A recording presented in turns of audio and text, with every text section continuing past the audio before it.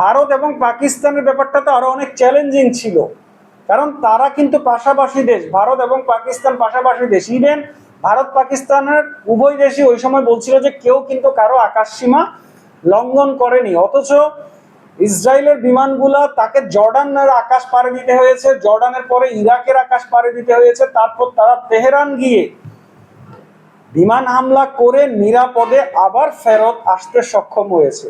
প্রথম দিন ইরানের দিক থেকে কোনো ধরনের প্রতিবন্ধকতা বা বাধা অথবা আকাশ প্রতিরক্ষা সিস্টেম অ্যাক্টিভেট ছিল না।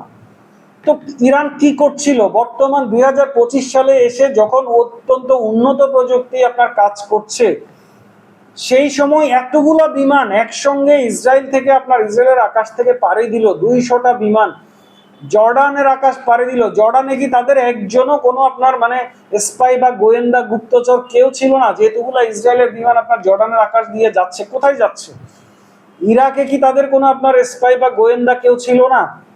তাদের কি আপনার মানে প্রতিরক্ষা বাহিনীর যে আপনার মানে নজরদারি যেসব আপনার এজেন্ট যারা কাজ করে, তারা কি কেউ অ্যাক্টিভ ছিল না? ফাইনালি আপনার তেহরানের বা ইরানের আকাশ প্রতিরক্ষার যে রেডার বা স্যাটেলাইট, এগুলো কি কোনোটাই কোনো কাজ করেনি?